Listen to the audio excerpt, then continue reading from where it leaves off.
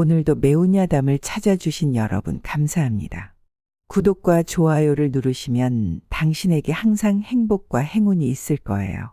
매운 야담 재밌는 이야기 지금 시작합니다. 강원도 깊은 산골. 운성리는 바람이 거세고 골짜기가 깊어 남정네들이 어지간히 부지런하지 않으면 굶어 죽기 십상이었답니다.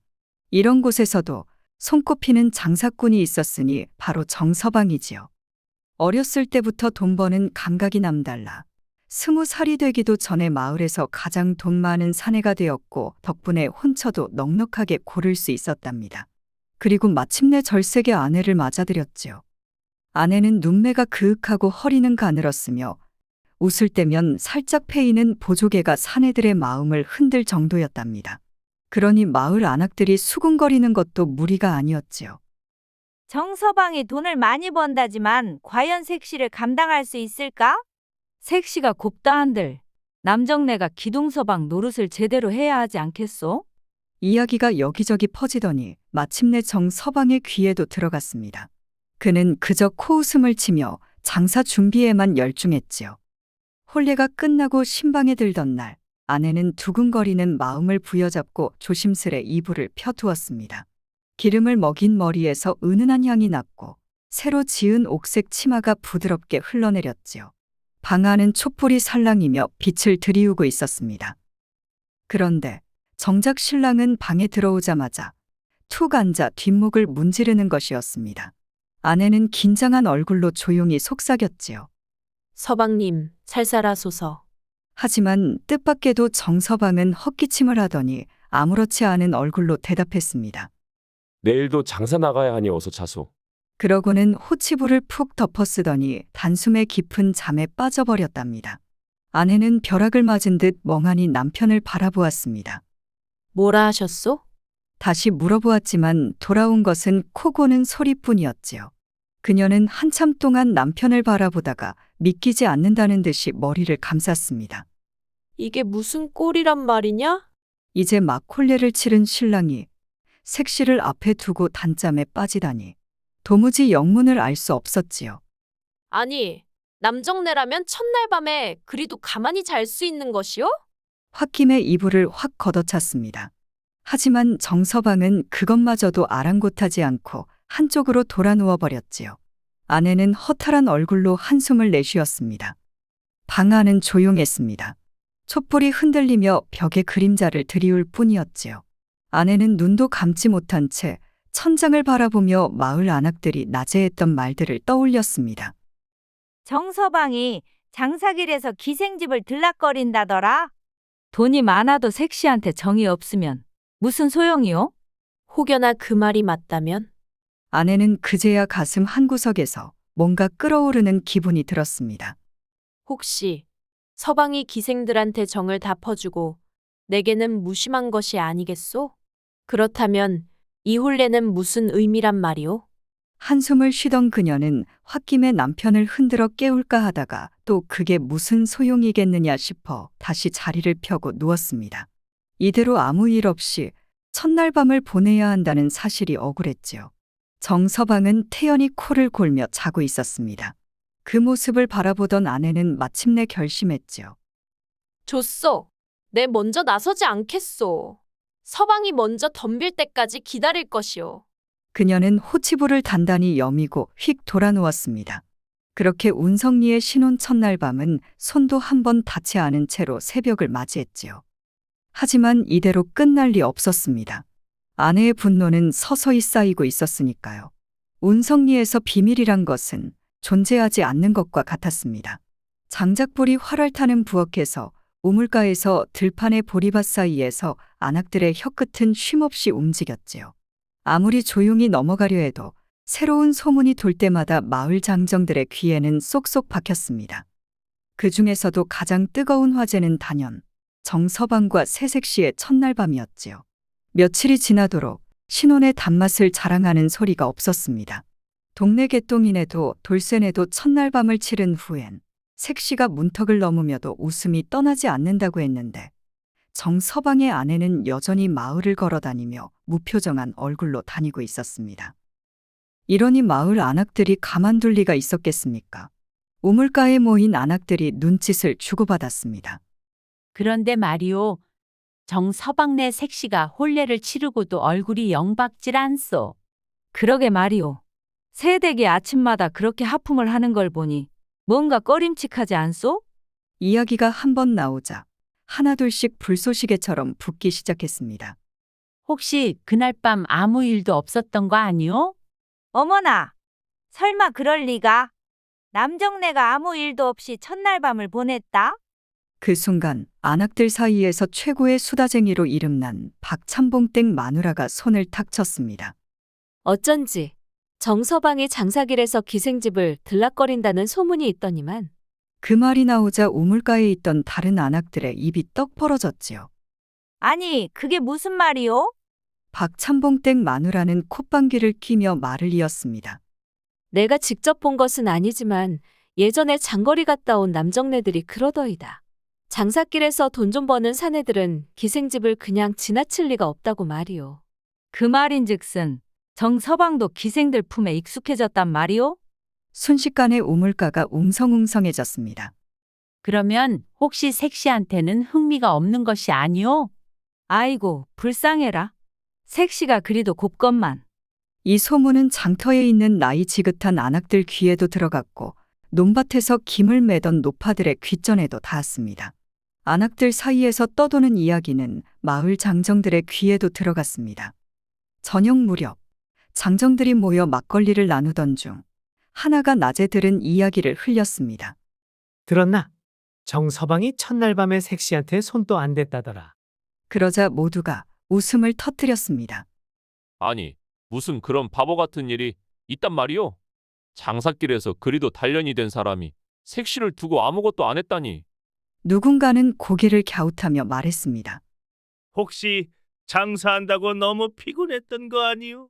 그러나 다른 장정이 크크 웃으며 술잔을 들어 올렸습니다. 피곤하면 한 번 하고 잔다 이 친구야. 그게 사내 아니겠소? 그 말에 주마가는 웃음바다가 되었지요. 그렇게 한번 불이 붙은 소문은 마을 전체로 퍼지기 시작했습니다. 그날 오후 장을 보러 나온 아내는 우연히 들린 장터에서 이 이야기를 처음 듣게 되었습니다. 정서방이 첫날 밤에 색시한테 손도 안 댔다지 않소? 그 말이 귀에 들어오자 그녀의 걸음이 순간 멈춰졌습니다. 그러게, 그리도 피곤했던 게요? 아니, 피곤하면 한 번 하고 잔다지 않소? 웃음소리가 섞인 대화들이 귓가를 때렸습니다. 아내는 머리가 띵해졌습니다. 어찌하여 신방에서 있었던 일이 마을에 다 퍼졌단 말인가. 그녀는 아무렇지도 않은 척 걸음을 옮겼지만 뺨이 후끈 달아올랐습니다. 수많은 사람들이 뒤에서 자신을 보고 웃고 있을 것만 같았지요. 장터의 좁은 골목을 빠져나오며 그녀는 가슴을 진정시키려 애썼습니다. 하지만 어느새 손끝이 차가워지고 있었습니다. 정서방이 기생집을 들락거렸다더라. 그 말이 머릿속에서 떠나지 않았습니다. 혹시 정말 그럴 리가? 그녀는 손을 꼭 쥐었습니다. 결혼한 지 며칠이 지나도록 정서방은 그녀를 단 한 번도 곰살궂게 대하지 않았습니다. 신방에서조차 등을 돌려 자는 모습에 서운함을 느끼면서도 서방님이 피곤하신가 보다 하고 넘겼던 것이 사실입니다.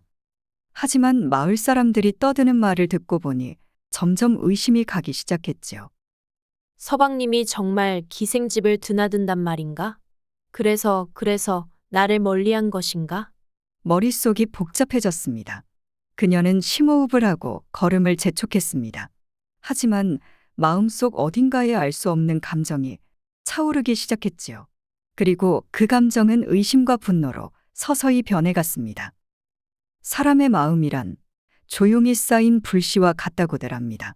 겉으로는 태연한 척해도 속에서는 어느새 불꽃이 피어오르는 법이지요. 아내도 그랬습니다. 처음에는 서방이 피곤하겠거니 했습니다.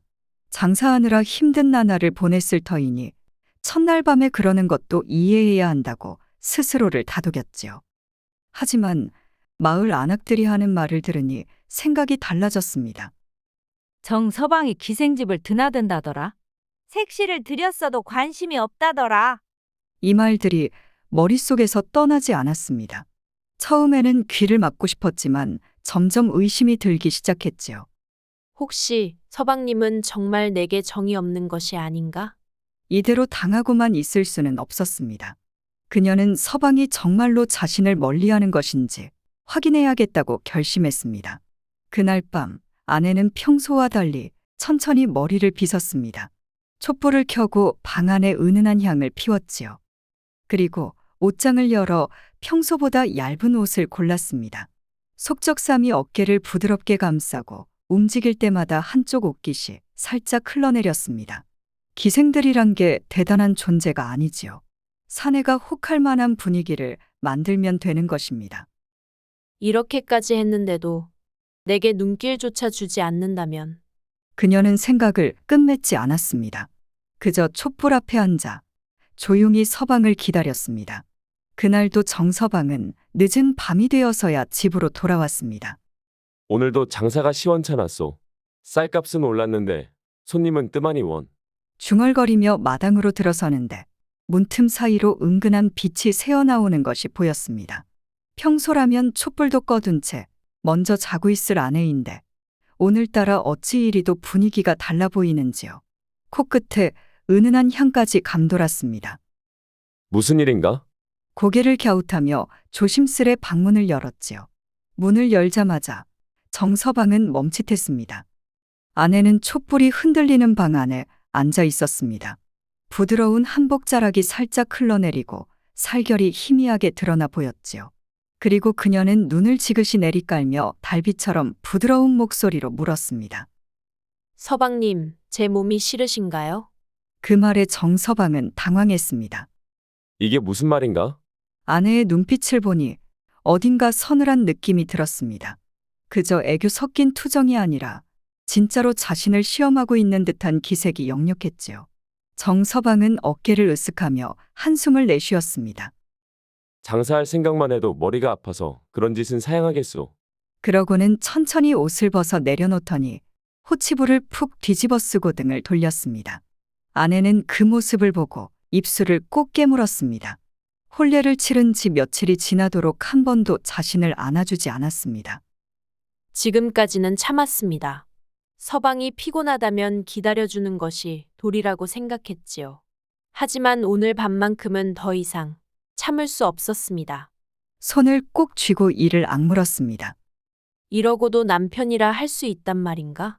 아내는 호치부를 힘껏 끌어당겼습니다. 그날 밤 방 안에는 두 사람의 침묵만이 가득했습니다.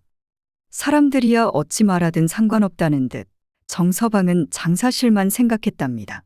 부부 사이란 것도 결국 의식주가 해결되면 되는 것 아니겠느냐는 태도였지요. 하지만 이런 모습을 보고 가장 속을 태운 사람은 따로 있었습니다. 바로 이웃 마을에 사는 그의 누이였지요.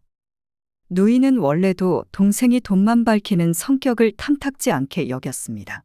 그런데 이제는 새색시까지 맞아놓고도 부부 사이의 정도 쌓지 않고 무심하게 구는 모습이 눈에 띌수록 답답하기 짝이 없었지요. 결국 그녀는 참지 못하고 동생을 불러 앉혔습니다. 이놈아, 그날도 장사길에서 돌아와 주막에서 한 장 걸치고 있던 정서방은 문득 뒤통수를 맞은 기분이 들었습니다. 누님, 갑자기 무슨 일이요? 정서방이 주막 문을 나서기도 전에 누이가 팔짱을 낀 채 단단한 얼굴로 서 있었습니다. 내 놈, 요새 색시한테 어떻게 구는 거냐? 어떻게라니요? 먹을 거 사다 주고 입을 것도 부족함 없이 해주고 있지 않소? 그 말에 누이는 기가 막히다는 표정을 지으며 한숨을 내쉬었지요. 아이고, 이 바보 같은 놈아. 색시라는 건 곰살쓸에 대해 줘야 마음을 붙이는 법이다. 나는 밖에서 돈을 벌어오면 그만이지. 색시한테까지 그렇게 살갑게 굴 필요가 있겠소? 정서방은 툭하니 말을 던졌고 누이는 그 말에 더 이상 참을 수 없다는 듯 손가락질을 했습니다. 그러다가 색시가 다른 남자를 보면 마음이 흔들릴 줄은 모르느냐? 그 말에 정서방의 얼굴이 굳어졌습니다. 그리고 그는 누이의 말이 너무 뜻밖이라 어이가 없다는 듯 웃음을 터뜨렸습니다. 누님도 참 헛소리를 하시는군요. 내 색시가 다른 사내를 본다니 그럴 리가 있겠소? 누이는 팔짱을 낀 채 고개를 절레절레 저었습니다. 그렇지 않다면야 다행이지. 하지만 내가 지금처럼 무심하게 굴면 언젠가는 그럴지도 모른다. 정서방은 허리를 폈습니다. 말이 되는 소리를 하시오. 색시가 남편을 두고 딴 마음을 품는다는 게 어디 가당키나 하오. 누이는 피식 웃으며 다시 한마디를 던졌지요. 그래, 그렇다면 묻겠다. 요새 색시가 밤마다 한숨 쉬지는 않느냐? 한숨? 정서방은 순간 대답을 하지 못하고 말문이 막혔습니다. 누이의 말이 아니었다면 신경도 쓰지 않았을 것입니다. 하지만 얼마 전부터 아내가 등을 돌리고 잠들 때 가끔씩 아주 작게 한숨을 내쉬던 기억이 떠올랐습니다. 누이는 그런 동생을 가만히 지켜보다가 입을 뗐습니다. 색시가 외로운 거다. 이 바보야. 정서방은 말없이 생각에 잠겼습니다. 정말 그런 것인가? 색시가 마음이 흔들릴 리 없다고 단언했던 것이 무색해질 정도로 누이의 말이 머릿속에서 맴돌았습니다. 그날 밤 정서방의 마음속에 작게나마 의심이라는 불씨가 피어오르기 시작했지요. 사람의 마음이란 참으로 간사한 법이지요. 한번 의심이 피어나면 아무리 사소한 일이라도 그럴싸한 증거처럼 보이기 마련입니다. 누이의 말을 듣고 나서도 처음엔 그저 우스갯소리로 넘겼습니다. 내 색시가 다른 사내를 본다니 그럴 리가 있나 하고 말이지요. 하지만 그날 밤 아내가 등을 돌린 채 한숨을 쉬는 소리를 듣고 나니 묘하게 신경이 쓰였습니다. 혹시 정말 외로워하고 있는 것인가? 의심이 피어나니 모든 것이 새롭게 보였습니다. 그날 오후 장산일을 마치고 집으로 돌아오던 정서방은 마당을 지나 뒷채마밭을 바라보았습니다. 색시가 치마 자락을 걷어 올리고 정성스레 상추 잎을 따고 있었지요. 그런데 그녀의 곁에는 또 다른 사내가 서 있었습니다. 마을에서 젊고 건장하기로 소문난 철수 도련님이었지요. 정서방은 발걸음을 멈추었습니다.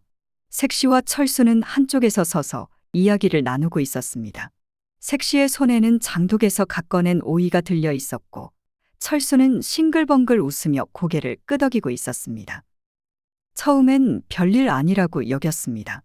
마을 사람이 서로 인사를 나누는 것이야 당연한 일이 아니겠습니까? 하지만 그 순간 색시의 맑은 웃음소리가 들려왔습니다. 어머, 철수 도련님도 참. 그런 말을 어찌 그리 재미나게 하신답니까? 정서방은 순간 얼굴이 굳어졌습니다. 철수는 호탕하게 웃으며 손짓을 했습니다. 형수님께서 웃어주시니 저도 덩달아 기분이 좋습니다. 색시는 웃으며 철수에게 오이 하나를 건네주었고 철수는 고맙다는 듯 손을 뻗어 그것을 받아 쥐었지요. 그 장면을 본 순간 정서방의 심장이 덜컥 내려앉았습니다. 이것 봐라. 누이의 말이 괜한 소리가 아니었구나. 정서방은 주먹을 불끈 쥐었습니다. 색시가 벌써 내게 실증을 내고 딴 사내와 희희낙낙하는구나. 아무리 생각해도 화가 치밀어 올랐습니다. 어젯밤까지만 해도 나를 향해 한숨을 쉬던 색시가 다른 사내 앞에서는 웃음을 짓는구나. 장산일로 바쁘다 보니 색시와 깊이 이야기를 나누는 날이 드물었습니다. 하지만 이것이 과연 남편이 없던 틈에 다른 사내와 웃고 떠들 핑곗거리가 될 수 있단 말인가. 정서방의 눈빛이 날카로워졌습니다. 이제야 알겠다. 색시가 내게 무심한 것이 아니라 다른 사내에게 정을 주려는 속셈이었구나. 그는 입술을 꼭 깨물었습니다. 머릿속에서는 벌써 끔찍한 상상이 떠오르고 있었지요. 혹시 색시가 내가 없는 사이 저 철수 같은 놈을 집 안으로 들이진 않았겠지? 심장이 쿵 하고 내려앉았습니다. 그제야 정서방은 깨달았습니다. 이것이 바로 의처증의 시작이란 것을. 그날도 정서방은 장산일을 마치고 집으로 향하고 있었습니다. 의심이란 것이 한번 자리 잡고 나면 사소한 일에도 신경이 쓰이는 법이지요. 색시가 채마밭에서 철수 도련님과 웃으며 이야기하던 모습이 머릿속에서 떠나지 않았습니다. 이게 정말 별일 아닌 것이었을까? 생각할수록 분한 마음이 들었습니다. 그러던 차에 이웃 마을에 사는 누이가 불쑥 나타났습니다. 이놈아, 장사길에서 돈만 벌고 다니느라 정신이 팔렸구나. 정서방은 그녀를 보자마자 반가움보다는 긴장부터 했습니다. 누이가 입을 열 때마다 속을 긁는 말을 하니 말이지요. 누님, 오늘은 또 무슨 일로 이러십니까? 누이는 정서방을 뚫어지게 바라보았습니다. 내 놈, 아직도 색시를 그리 박대하고 있느냐? 정서방은 인상을 찌푸렸습니다. 아니, 제가 뭘 그리 잘못했다는 말씀이요? 아이고, 둔하기는. 누이는 못마땅한 얼굴로 고개를 저었습니다. 그러더니 문득 비밀스러운 표정을 짓고 정서방의 팔을 툭툭 쳤습니다. 그나저나 내 아주 흥미로운 이야기를 들었는데 말이다. 흥미로운 이야기? 그래, 내 색시가 말이지. 내가 집을 나가면 방문 위에 빗자루를 걸어 둔다더라. 정서방은 눈을 가늘게 떴습니다. 그게 뭐가 문제란 말이요? 이 바보야. 그 빗자루가 정분난 사내에게 들어오라는 신호라지 않느냐? 그 순간 정서방의 등줄기를 식은땀이 타고 흘렀습니다. 정서방은 곧장 집으로 가서 색시의 얼굴을 살폈습니다. 늘 그렇듯 단정한 옷차림에 조용한 태도였습니다. 아무 일 없다는 듯 색시는 수수한 얼굴로 장독대에서 오이를 씻고 있었지요. 아니야. 내 색시는 그럴 리 없어. 하지만 의심이란 놈은 한 번 싹이 트면 걷잡을 수가 없는 법이지요. 그날 밤 정서방은 색시에게 말을 꺼냈습니다. 색시야, 내가 한양에 며칠 다녀와야 하겠소. 색시는 조용히 고개를 끄덕였습니다. 그러시옵니까? 그래. 장사길을 길게 잡아야 하니 집안일 잘 챙기고 있으시오. 색시는 예의 바르게 그러겠습니다. 라고 대답했지만 정서방의 눈에는 그 태연한 얼굴이 어쩐지 수상해 보였습니다. 내가 없는 사이 과연 무슨 일이 벌어지는지 두고 보자. 다음 날 정서방은 아침 일찍 한양으로 떠나는 척하며 마차를 타고 집을 나섰습니다. 그러나 실은 마을을 한 바퀴 돌아 장거리 근처에서 하루를 보낸 후 한밤중이 되어서야 몰래 집으로 돌아왔지요. 달빛 아래에서 방문 위를 유심히 살펴보았습니다. 과연 그곳에 분명 빗자루가 걸려 있었던 것을 확인했던 정서방은 가슴이 철렁 내려앉았습니다. 이것 보라지. 누이 말이 맞았구나. 그는 한숨을 몰아쉬며 문 밖을 기웃거렸습니다. 어쩌면 지금쯤 색시는 방 안에서 정분이 난 사내와 달콤한 시간을 보내고 있을지도 모릅니다. 그 생각이 들자 피가 거꾸로 솟는 듯했지요. 이제야 알겠다. 색시가 내게 곰살맞게 굴지 않은 이유가 따로 있었구나. 정서방은 마당 한쪽에 놓인 홍두깨를 거머쥐었습니다. 그는 힘껏 방문을 밀어젖혔습니다. 이놈. 그런데 방 안에 들어선 순간 정서방은 눈을 크게 뜨고 말았습니다. 방 안에는 누군가 바지를 내리고 앉아 있었습니다. 내 이놈. 감히 내 집에서 무엄하게. 정서방이 홍두깨를 높이 치켜들려는 순간 그 사람이 고개를 들었습니다. 그리고 정서방은 멍하니 서서 입을 떡 벌리고 말았습니다. 아니, 그 외간 남자는 다름 아닌 누이였습니다. 누이는 바지를 축혀 올리며 아주 태연한 얼굴로 정서방을 바라보았습니다. 아이고, 너 참 별꼴이구나. 뭘 그리 놀라는 게냐? 정서방은 황당한 얼굴로 홍두깨를 들고 서 있었습니다. 누님이 여기에 웬일이요? 그러자 누이는 코웃음을 치며 한심하다는 듯이 고개를 저었습니다. 이 바보야. 내가 일부러 빗자루를 치워놓고 널 낚은 것이다. 정서방은 그대로 얼어붙었습니다. 뭐라고요? 누이는 정서방을 바라보며 팔짱을 끼었습니다. 색시를 박대하면 결국 다른 남자에게 마음을 주게 되는 게다. 그 말에 정서방은 눈을 깜빡였습니다. 무슨 뜻이요? 아직도 모르겠느냐? 내 색시는 아직 그런 생각도 없었는데 내 놈이 오히려 먼저 의심부터 하니 문제 아니냐? 정서방은 순간 말문이 막혔습니다. 누이는 눈을 가늘게 뜨며 덧붙였습니다. 사내가 색시한테 정을 주지 않으면 색시도 점점 외로워질 수밖에 없지 않겠느냐? 정서방은 홍두깨를 내려놓으며 머리를 극적였습니다.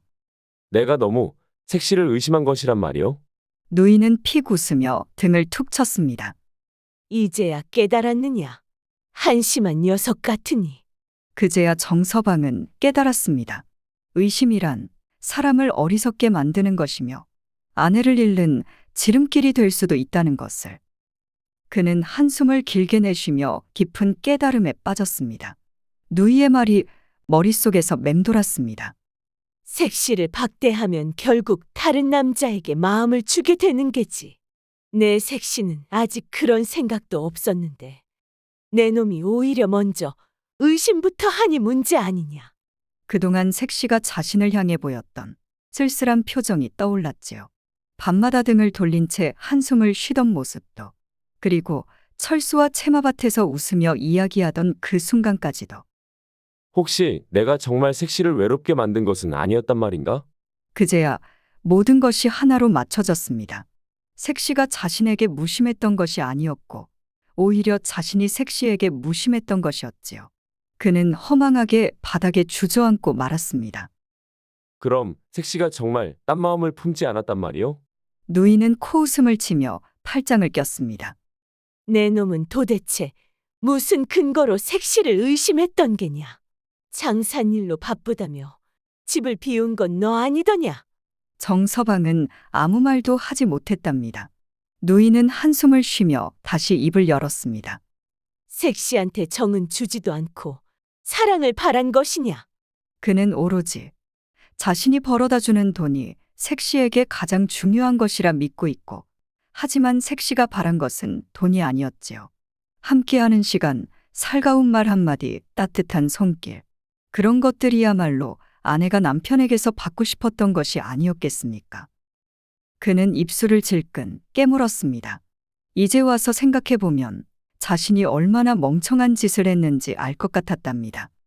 새벽이 다가올 무렵 정서방은 천천히 방으로 들어섰습니다. 색시는 여느 때처럼 조용히 자리하고 있었지요. 그러나 오늘따라 얼굴이 더욱 차분해 보였습니다. 정서방은 방 한가운데에서 멈춰서서 가만히 색시를 바라보았답니다. 색시는 그 시선을 느끼고도 아무 말 없이 고개를 숙인 채 바느질을 하고 있었습니다. 그 모습이 어쩐지 더욱 가슴을 아리게 했지요. 결국 정서방은 그대로 무릎을 꿇었습니다. 색시는 깜짝 놀라 그를 쳐다보답니다. 서방님, 그는 한숨을 내쉬며 고개를 푹 숙였습니다. 색시야, 내가 어리석었구나. 색시는 아무 말도 하지 않지요. 정서방은 다시 한번 깊이 고개를 숙였습니다. 내가 돈만 벌어다 주면 다 되는 줄 알았지. 색시가 뭘 원하는지는 한 번도 생각해 본 적이 없었어. 색시의 표정이 조금 흔들렸습니다. 그런데 이제야 깨달았어. 내가 한참 부족한 남편이었다는 것을 말이야. 정서방은 바닥에 손을 짚고 엎드렸답니다. 용서해 주시오. 색시는 여전히 말이 없었고, 그런데도 정서방은 진심을 다해 빌었습니다. 한 번만 기회를 주시오. 다시는 색시를 외롭게 하지 않겠소. 색시는 한참 동안 그를 내려다보았습니다. 그러다가 조용히 입을 열었지요. 정말 그러겠소? 그렇소. 정서방은 힘주어 대답했습니다. 색시는 그를 가만히 바라보며 말했습니다. 그렇다면 다시 한번 해보시오. 진심이라면 조금 더 곰살맞게 빌어야 하지 않겠소? 그 말에 정서방은 멍해졌습니다. 그러나 이내 얼굴을 찡그리며 손을 비비기 시작했지요. 색시야, 서방이 잘못했어. 그는 일부러 애교를 부리며 색시의 손을 덥석 잡았답니다. 색시는 웃음을 참으려다 결국 피식 웃고 말았습니다. 그러더니 그의 손을 뿌리치며 한마디 던졌지요. 한 번만 더 이러면 그땐 정말 용서 안 해줄 것이오. 정서방은 그제야 안도하며 색시를 바라보았습니다. 그날 밤 운성리의 신방에는 오랜만에 따뜻한 공기가 감돌기 시작했습니다. 정서방은 여태껏 알지 못했던 감정을 느꼈습니다. 색시가 자신의 곁에 있지만 그토록 외로움을 느끼고 있었다는 것을, 그리고 그 외로움을 스스로 만들어냈다는 것을 말이지요. 색시는 여전히 정서방을 바라보고 있었으나 이제는 싸늘한 눈길이 아니라 어딘가 부드러워진 기색이었습니다. 서방님, 이제야 깨달으셨소? 정서방은 멋쩍게 웃으며 색시의 손을 조심스레 감쌌답니다. 색시야, 그동안 너무 무심했소. 앞으로는 매일같이 색시를 살펴보고 색시가 원하는 것을 먼저 알아차리겠소. 색 씨는 그 말을 들으며 살짝 고개를 기울였습니다. 그리하겠소? 그렇소. 내 더는 색시를 외롭게 하지 않겠소. 색 씨는 한숨을 내쉬더니 천천히 손을 빼내어 고운 손끝으로 촛불을 가렸고 방 안은 은은한 어둠 속으로 빠져들어 촛불의 흔들림이 벽의 그림자를 일렁이게 했습니다. 서방님, 그녀는 낮고 부드러운 목소리로 정서방을 불렀지요. 한 발자국 다가오며 살며시 그를 올려다보았고 가늘게 흔들리는 촛불 아래 그녀의 눈빛에는 알 수 없는 빛이 스쳤습니다. 그동안 서방님이 바빴으니 이제는 색시가 서방님을 살펴드려야 하지 않겠소? 정서방은 그녀의 변화된 태도에 당황했지만 가슴 깊은 곳에서 뜨거운 감정이 피어오르는 것을 느꼈답니다. 이토록 가까운 거리에 색시가 있는데 여태껏 멀게만 느꼈던 것이 이상할 따름이었습니다. 색시는 조용히 다가와 그의 어깨를 쓸어내리며 속삭였지요. 서방님도 외롭지는 않았겠소? 그 말이 끝남과 동시에 부드러운 손끝이 정서방의 뺨을 스치며 가볍게 내려앉았습니다. 마치 작은 나비가 살짝 앉았다가 날아가는 듯한 감촉이었지요. 정서방은 말없이 색시를 바라보았답니다. 그리고 이내 자신도 모르게 색시의 허리를 감싸 안으며 따뜻하고 가느다란 허리가 손에 감겼고 그의 품으로 쏙 들어오는 느낌이었습니다. 색시는 그 품 안에서 작게 웃었습니다. 서방님, 앞으로도 이렇게 곁에 있어 주겠소? 정서방은 그녀의 말에 고개를 끄덕이며 조용히 속삭였습니다. 그렇소, 색시야. 이제는 절대 놓지 않겠소. 그 순간 운성리의 깊은 밤은 더욱 고요해졌답니다. 창밖에서 부는 바람 소리조차도 두 사람을 방해하지 못할 만큼 신방 안의 온기는 점점 깊어지고 있었습니다. 신방 안은 촛불이 일렁이며 부드러운 빛을 들이우고 있었습니다.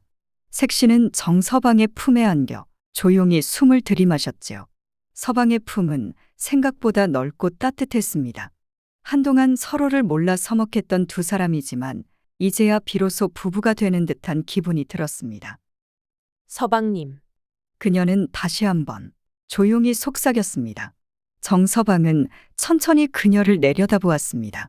색시는 수줍게 그의 눈을 피했으나 두 볼이 촛불처럼 발글에 달아올라 있었지요. 색시야, 이제야 보니 참 고운 얼굴이요. 정서방은 살며시 그녀의 뺨을 어루만졌습니다. 손길이 닿자 색시는 살짝 떨리는 듯했지만 이내 그의 손을 잡고 가만히 가슴에 가져다 두었습니다. 서방님께선 너무 오래 바깥 일만 생각하셨소. 그 말에 정서방은 자신이 얼마나 색시를 외롭게 했는지 다시 한번 깨닫게 되었지요. 그는 따뜻한 손길로 그녀의 등을 쓰다듬으며 낮게 웃었습니다. 그렇소. 이제부터는 색시만 바라보겠소. 색시는 작게 웃으며 그의 품에 더욱 파고들었습니다. 촛불이 흔들릴 때마다 방 안의 그림자가 함께 움직였고 두 사람은 천천히 서로를 감싸며 그리움을 풀어내기 시작했지요. 정서방은 그녀의 어깨에 손을 얹고 천천히 눈을 맞추었습니다. 부드러운 눈빛이 서로를 감싸고 오랜 기다림 끝에 두 사람의 입술이 맞닿았습니다. 처음엔 조심스러웠으나 이내 자연스레 가까워졌습니다. 색시는 눈을 감고 그의 온기를 느꼈습니다. 그녀의 손끝이 그의 어깨를 타고 내려가며 두근거리는 감정이 물결처럼 퍼져나갔지요. 정서방은 더욱 다정한 손길로 그녀를 감싸 안고 살며시 그녀의 한복자락을 만져보았습니다. 비단 옷감이 사라기며 부드러운 감촉을 남겼고 색시는 작게 숨을 들이마셨습니다. 서방님, 색시는 가느다란 목소리로 그를 불렀습니다. 정서방은 색시의 손을 꼭 쥐고 나지막이 속삭였지요. 이제야 진정한 부부가 되는 것 같소. 그날 밤 운성리의 신방은 촛불보다도 더 따뜻한 온기로 가득 찼습니다. 두 사람은 오랜 기다림 끝에 서로를 온전히 받아들이며 부부로서의 첫걸음을 내디뎠습니다. 창밖으로 스며든 달빛이 방 안을 은은하게 비추고 부드러운 한숨과 속삭임만이 조용한 밤을 수놓았습니다. 그날 이후 정서방과 색시는 진정한 부부로 거듭났습니다. 마을에서도 정서방의 변화를 두고 수군거리는 소리가 들렸습니다. 요새 정서방이 색시에게 어찌나 살갑게 구는지 장에서 돌아올 때마다 새 옷이며 비단 댕기며 바리바리 싸우는 게 아니겠소? 그러게 말이오. 색시도 얼굴이 더 환해졌더구먼. 운성리에서는 한 번 떠도는 소문이 장작불처럼 활활 타올랐지요. 하지만 정작 본인은 개의치 않았습니다. 아니, 오히려 즐겼지요. 어느 날 밤, 정서방은 색시의 옆에 앉아 나지막이 속삭였습니다. 색시야, 오늘 밤은 안 자고 이야기나 좀 하세나? 색시는 그를 바라보며 고개를 갸웃했습니다. 여느 때 같으면 피곤하다며 바로 누워버렸을 서방이었는데 오늘은 웬일인지 색시의 손을 꼭 쥐며 눈을 맞추고 있었습니다. 서방님이 웬일이시오? 그간 너무 색시를 외롭게 했다는 생각이 들어서 말이오. 이제부터는 색시와 많은 이야기를 나누고 싶소. 색시는 눈을 살며시 감았다가 다시 뜨더니 부드러운 미소를 띄었습니다. 이제야 내 서방님이 되었구려. 그녀의 말에 정서방은 쑥스러운 듯 헛기침을 했습니다. 색시는 그의 손을 살며시 쥐며 조용히 속삭였습니다. 서방님께서 나를 아껴주시니 이제는 더 이상 서운할 일도 없겠지요. 두 사람은 신방에서 도란도란 이야기를 나누었습니다. 장삿길에서 만난 사람들 이야기, 색시가 하루 동안 있었던 소소한 일들, 그리고 앞으로 두 사람이 함께할 미래까지. 그날 밤, 운성리의 깊은 밤은 부부의 다정한 이야기로 가득 찼습니다. 촛불이 천천히 꺼져갈 무렵, 색시는 정서방의 품에 기대어 속삭였습니다. 서방님, 이제는 매일 이렇게 함께 있어 주겠소? 그렇소. 이제부터는 색시가 먼저 잠들지 않도록 매일 같이 이야기를 나누겠소. 그날 이후 정서방과 색시는 마치 신혼처럼 서로를 아끼며 살았습니다. 매일 밤 촛불 아래에서 속삭이며 때로는 장난도 치고 때로는 지난 날을 돌이켜보며 함께 웃기도 했습니다. 정서방이 색시와의 관계를 돈독히 한 후 그의 변화는 마을에서도 큰 화제가 되었습니다. 특히 젊은 장정들에게 혼인 후의 삶을 설파하는 일이 잦아졌지요. 형님, 아내란 게 어찌 그리도 알 수 없는 존재인지 모르겠습니다. 아무리 잘해줘도 때때로 퉁명스럽고 내가 무슨 잘못을 했는지도 모르겠고요. 이런 고민을 털어놓는 젊은이들에게 정서방은 턱을 쓰다듬으며 심각한 표정을 지었습니다. 색시의 마음을 얻으려면 정을 줘야 하는 법이야. 정을 준다니 그게 무슨 뜻이요? 젊은 장정들이 묻자 정서방은 입꼬리를 올리며 껄껄 웃었습니다. 색시가 말하지 않아도 알아서 챙기고 다정하게 말을 걸어주고 한숨이라도 쉬면 이유를 물어야 한다는 뜻이지. 젊은이들은 그 말에 고개를 끄덕였지만 곧 누군가 장난스럽게 소리쳤습니다. 그래도 형님은 빗자루 사건의 주인공 아닙니까? 그러자 주변에서 깔깔대는 웃음소리가 터졌습니다. 정서방이 색시를 의심하여 빗자루 사건을 벌였던 이야기는 이미 마을에서 유명한 해프닝이 되어 있었던 것입니다. 그러고 보니 형님 빗자루 사건 이후로 부부 사이가 좋아졌다고 하지 않소? 정서방은 그 말을 듣고 피식 웃으며 고개를 끄덕였습니다. 맞다. 그래서 내가 하는 말을 잘 들어야 한다는 게야. 색시를 외롭게 만들면 나처럼 헛짓거리를 하게 되니 말이야. 사람들은 또다시 웃음을 터뜨렸습니다. 그렇게 운성리에서는 정서방을 부부 도사라 부르며 그의 조언을 귀담아 듣기 시작했습니다. 어느 날, 한 젊은 사내가 용기를 내어 물었습니다. 형님, 마지막으로 하나만 여쭙겠습니다. 색시를 진정으로 기쁘게 하려면 어떻게 해야 하오? 정서방은 그 말을 듣고 잠시 생각하다가 조용히 말했습니다. 한 가지 비법이 있긴 하지. 사람들이 숨을 죽이며 그의 다음 말을 기다렸습니다. 정서방은 색시를 떠올리며 말했습니다. 매일 밤 색시가 잠들기 전 꼭 한 번씩 손을 잡아주는 것이야. 그리고 이렇게 말하는 거지. 그는 미소를 지으며 덧붙였습니다. 색시야, 오늘 하루도 고생 많았소. 내일도 함께 하세나. 그 말을 들은 젊은이들은 고개를 끄덕이며 감탄했습니다. 이렇게 하여 정서방은 운성리에서 부부 도사로 불리며 사람들의 웃음과 존경을 동시에 받게 되었습니다. 즐거우셨다면 구독과 좋아요 댓글 부탁드립니다. 매운 야담, 더 매운 이야기로 다시 돌아오겠습니다. 지금까지 매운 야담이었습니다. 즐거운 하루 보내세요.